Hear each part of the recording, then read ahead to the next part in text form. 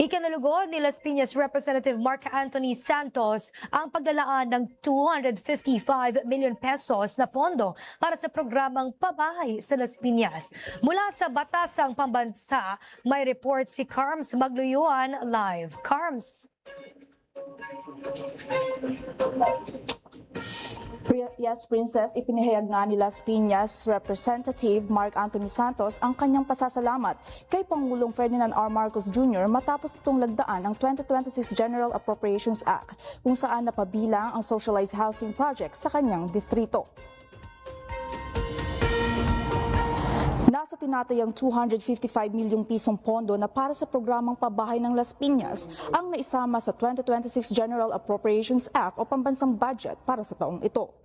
Ayon kay Santos, ilalaan ang naturang pondo para sa pagpapatupad ng in-city at socialized housing project sa ilalim ng National Housing Authority o NHA. Ito aniya ay 3 medium-rise buildings na magsisilbing ligtas at abot-kayang tirahan para sa mga informal settler families at iba pang qualified na beneficiaries.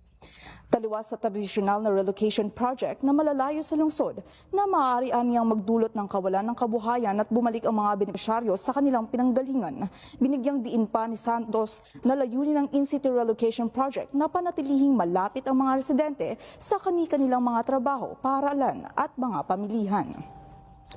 Princess, ayon nga kay Santos ay malaking tulong ang pagsasabatas ng pondong ito dahil ibig sabihin aniya nito ay mas marami ng pamilyang Las Piñero ang magkakaroon ng ligtas, maayos at disenteng tahanan. Para sa totoong balita sa Bagong Pilipinas, Carms Magluyuan, Congress News.